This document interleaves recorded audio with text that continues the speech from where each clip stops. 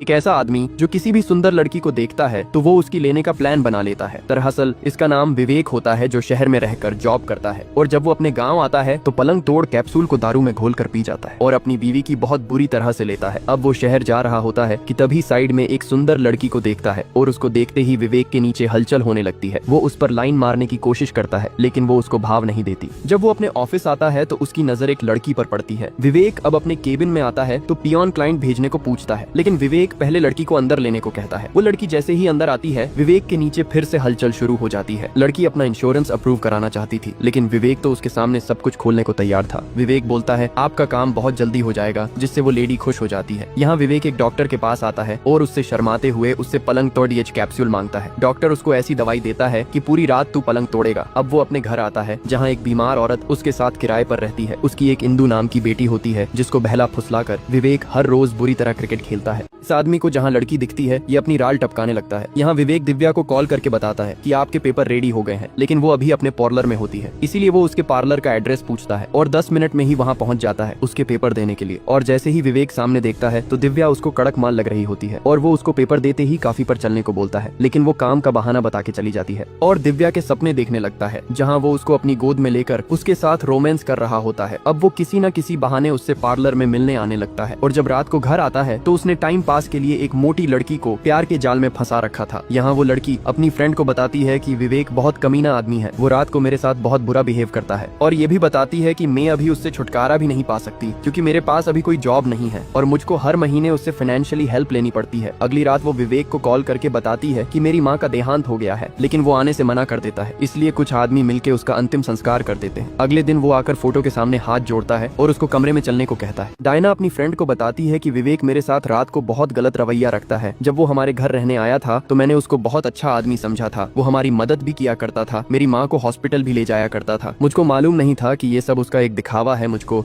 अपने प्यार के झांसे में लेने का, और जिसकी वसूली वो रात में पिच पर बैटिंग करके लिया करेगा। दरअसल विवेक एक इंश्योरेंस कंपनी में काम करता है। जहाँ भी उसको लड़की दिखाई देती वो उसके पास मधुमक्खी की तरह भिन भिनाने लगता है। जिस दिन डायना की माँ मरी थी वो इसके अंतिम संस्कार में नहीं आता, लेकिन रात को डायना के पास आके बेड पर क्रिकेट खेलने को पूछता है, लेकिन डायना उस टाइम उसको अपने से दूर कर देती है। यहाँ विवेक एक लड़की से क्लोज होने की कोशिश करता है जो एक दिन उसके ऑफिस में अपना इंश्योरेंस अप्रूव कराने आई थी, लेकिन डायना की फ्रेंड उसकी वीडियो बना लेती है और अगले दिन डायना को दिखाती है कि ये आदमी हर किसी की लाइफ खराब कर रहा है। उनका दोस्त आके बताता है कि गांव में इसकी एक खूबसूरत बीवी भी है, जहां ये भेड़िया पलंग तोड़ कैप्सूल खाकर उसकी भी पिच पर बैटिंग करता है, इसलिए ये दोनों इसको सबक सिखाने का प्लान बनाती है और अगले दिन उसकी बीवी से मिलने जाती है और विवेक को कॉल करके बोलती है कि मैं आज अपनी बुआ के जा रही हूँ। इसलिए विवेक इंश्योरेंस वाली लड़की को डायना के घर बहाने से ले आता है क्योंकि डायना ने उसको बताया था कि आज वो बाहर जा रही है और दिव्या को उससे इंश्योरेंस अप्रूव कराना था, इसलिए वो उसके साथ आ जाती है। विवेक आते ही पलंग तोड़ गोली खा लेता है और दिव्या को बियर पीने के लिए पूछता है। दिव्या समझ जाती है कि ये तो बड़ा सुअर इंसान है। वो आके बोलता है कि आज यहाँ कोई नहीं है, तुम बोलो तो हम यहाँ पलंग तोड़ सकते हैं, और उसके करीब आने की कोशिश करता है, लेकिन दिव्या उसको दूर कर देती है और कहती है कि तूने क्या मुझको 6000 वाली लड़की समझा है। लेकिन तभी उसकी पड़ोसन आके सब देख लेती है और दिव्या यहाँ से चली जाती है। विवेक बोलता है अगर तूने किसी को बताया तो अगली बार तेरे साथ ही कबड्डी खेलूंगा। यहाँ डायना और उसकी फ्रेंड विवेक के घर उसकी बीवी से मिलने आती है और उसको बताती है कि तेरा पति शहर में रहकर कबड्डी खेलता है और मुझको भी प्यार के जाल में फंसा रखा है। डायना बताती है कि वो हमारे घर किराएदार बन के आया था और हमारे साथ बहुत अच्छा बिहेव करता था और मैं भी उसके प्यार में पड़ गई। अब वो हर रोज पलंग तोड़ कैप्सूल खाता है, तभी मेरे कमरे में आ जाता है और जानवर बन जाता है। डायना अब उसको विवेक का बेग देती है। घर आके वो देखती है कि ये रात वाले च्यवनप्राश से भरा होता है। अब वो रोने लगती है, तभी डायना का कॉल आता है और वो उसको सबक सिखाने को बोलती है। यहाँ डायना और उसकी फ्रेंड विवेक की बीवी को बताने की कोशिश करती है कि उसका पति एक भेड़िया इंसान है जो शहर में रहकर हर रोज एक नया शिकार देखता है और पलंग तोड़ कैप्सूल खाकर उनके साथ पलंग तोड़ता है, लेकिन उसकी बीवी को उनकी बात पर विश्वास नहीं होता और उनको इग्नोर करके जाने लगती है। लेकिन डायना उसको उसके पति की फोटो दिखाती है जिसमें वो उसके गले लग रहा है और बताती है कि इसने मुझको भी अपने प्यार के जाल में फंसाया और अब पटाखा गोली खाकर मेरे साथ हर रोज क्रिकेट खेलता है। ये सुन के उसको बहुत बड़ा शौक लगता है क्योंकि उसको पता था कि उसका पति एक सुअर इंसान है, लेकिन ये नहीं पता था कि वो दूसरी जगह भी क्रिकेट खेलता है। डायना बताती है कि अब वो एक दिव्या नाम की लड़की के पीछे पड़ा है जो एक पार्लर में काम करती है और अब वो उसके ही सपने देख रहा है कि कैसे उसको अपने प्यार में फंसा सके, लेकिन अब हमको साथ मिलके उस भेड़िए का पर्दाफाश करना होगा। लेकिन उसकी बीवी वीडियो कॉल पर उनका साथ देने से मना कर देती है कि मुझको मेरे हाल पर छोड़ दो। लेकिन अगले दिन विवेक जैसे ही उसके पास आता है वो फिर से सुअर जैसा बिहेव करता है, जिससे उसकी बीवी डायना का साथ देने के लिए मान जाती है। और अगले दिन विवेक जैसे ही अपने घर आता है उसकी बीवी बाहर से गेट बंद कर देती है और अंदर आकर वो डायना और उसकी फ्रेंड को सामने देखता है। जब विवेक घर आता है तो उसकी बीवी उसको अंदर भेजकर बाहर से ताला बंद कर देती है और अपनी सास और बच्चों को एक दिन पहले ही गाँव से बाहर बाहर भेज देती है। जब वो अंदर आके देखता है तो डायना और उसकी फ्रेंड वही होती है। विवेक अपनी बीवी से पूछता है कि ये दोनों झल्ली यहाँ क्या कर रही हैं। डायना की फ्रेंड उसको बैठने को बोलती है। विवेक जैसे ही कुर्सी पर बैठता है डायना उसके फेस पर स्प्रे मारती है और वे तीनों मिलकर उसको रस्सी से बांधने लगते हैं, क्योंकि विवेक बहुत सुअर इंसान होता है और उसकी बीवी को उसके बारे में पता चल गया था कि वो शहर में रहकर दूसरी लड़कियों के साथ भी क्रिकेट खेलता है और उसकी बीवी को उसके बैग से पलंग तोड़ दवाइयां भी मिल गई थी, जिसको वो खाकर बैटिंग किया करता था। लेकिन अब ये तीनों साथ आ गई होती हैं। विवेक खुलने की बहुत कोशिश करता है, लेकिन डायना उसके मुंह पर भी टेप लगा देती है। अब डायना की फ्रेंड अपना यूट्यूब चैनल एक्टिव करती है और सभी लोगों को विवेक की सच्चाई दिखने की कोशिश करती है कि उसकी इतनी खूबसूरत बीवी होते हुए भी ये आदमी बाहर मैच खेलने की कोशिश करता है। डायना अब चैनल पर आती है और लाखों लोग उसको लाइव देख रहे होते हैं। वो बताती है कि ये आदमी मेरे घर रेंट पर रहने आया था और हमारे साथ अच्छे से घुल मिल गया और मेरी माँ को गलत दवाइयां देकर उनको पैरालाइज कर दिया।